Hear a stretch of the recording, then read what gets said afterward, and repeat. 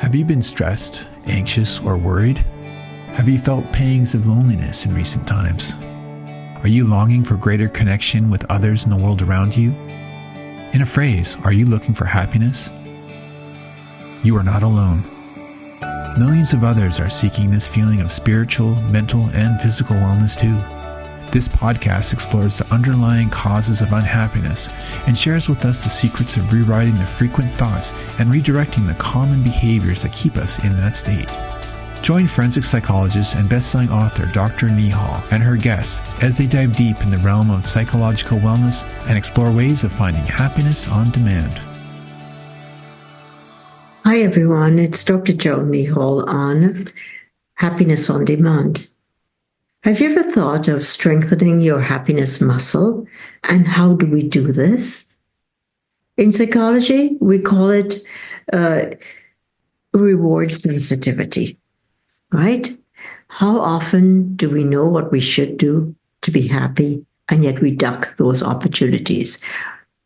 Haven't you experienced it? I have. The urge to withdraw and duck from experiences we know we'll enjoy, even when we know a mood boost is what we desperately need. For example, there's a birthday party, there's a luncheon engagement, there's time with a friend, and you say no to it. Why? Because I'm exhausted, I'm tired, it's just not worth it, I don't feel connected.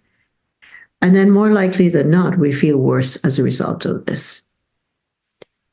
So where do we get the motivation to get out, to do things, especially when we're feeling low, stressed out, tired, or lonely? Where does that motivation come from when we just want to withdraw into a cocoon and leave me alone? You know that feeling? One strategy to strengthen is what we call boosting your reward sensitivity. I call it strengthening your happiness muscle, because happiness is like a muscle. You got to train it.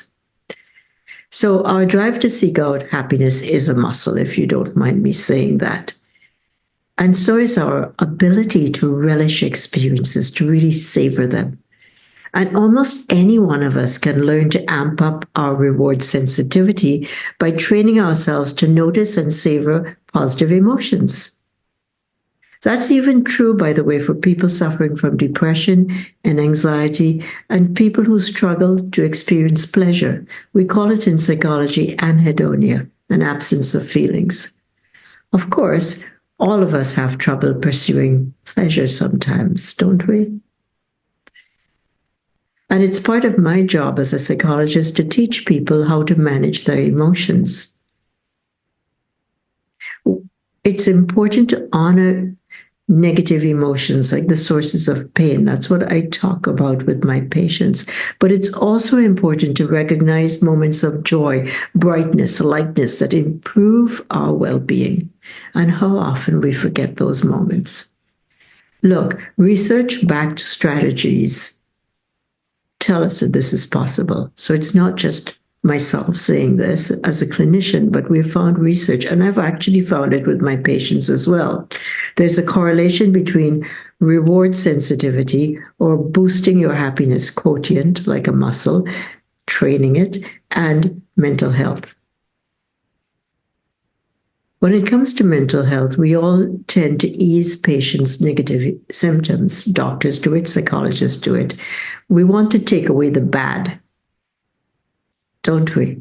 And yet many of us don't just need to reduce pain, we also need to boost joy.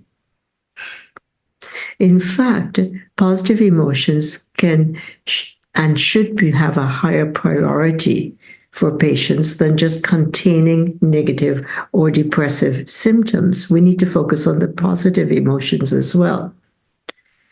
Research shows that treatments based on this idea of highlighting the positives, positive emotions, the reward sensitivity, so that you're motivated to seek out these joyous experiences, can indeed be effective.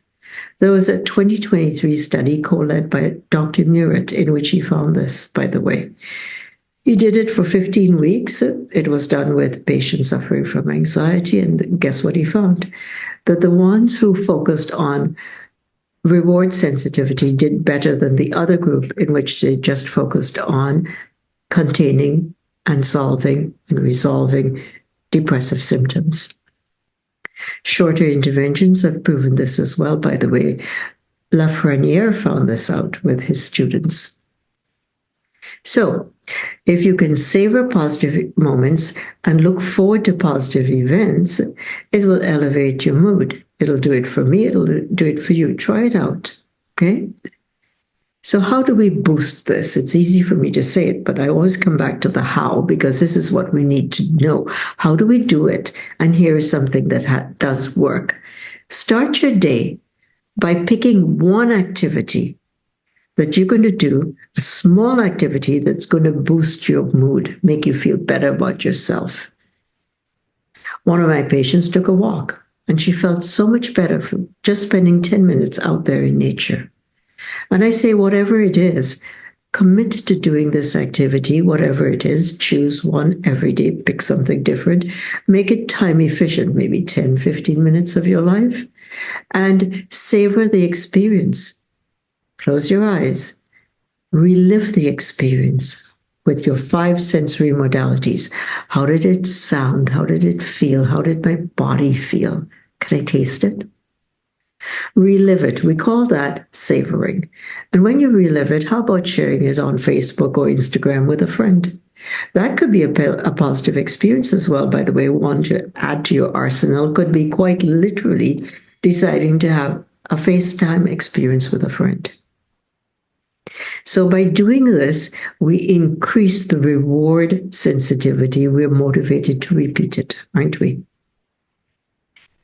So in addition to this, you can expand your vocabulary, increase the words you use when you describe this joyous experience to someone else. Don't just say, it's fine, it's okay. It was uplifting. It created peace. I felt more energy, and so on and so forth. So you see what I'm getting at. Let's expand it. It's like Wordle, right? But Wordle for the brain, for happiness. And share it with someone else. Now, I'm not asking us to be Pollyanna-ish and finding positives in everything, because we won't. There'll be unhappy times in our lives too, but we will learn how to circumvent them. Here is something else you can do. Look at your calendar. There's usually something there that we don't want to do. And imagine a positive outcome based on your new outlook. So you're forecasting ways in which you're going to be an ingenious survivor. One other thing you might want to do is to predict things that are going to make you feel happy and forecast and give yourself permission to do happiness. For many people, they feel that they know how to do depression, they know how to worry, they know how to do anxiety, but how do you do happiness? And I say, how about doing it the way I suggested, strengthening your happiness muscle by planning an activity or an event that's going to increase your happiness quotient and doing it every day, savoring it, sharing it with a friend, forecasting positive outcomes to dreaded situations. The truth is, we all want to be happy, but sometimes it's difficult. So just put yourself into the shoes of someone you imagine might be happy, or imagine how you felt last time that you were happy, and then do it. Thank you. Bye now. Thank you for joining this discussion on happiness. We hope this helps to inspire you to lead a more joyful life.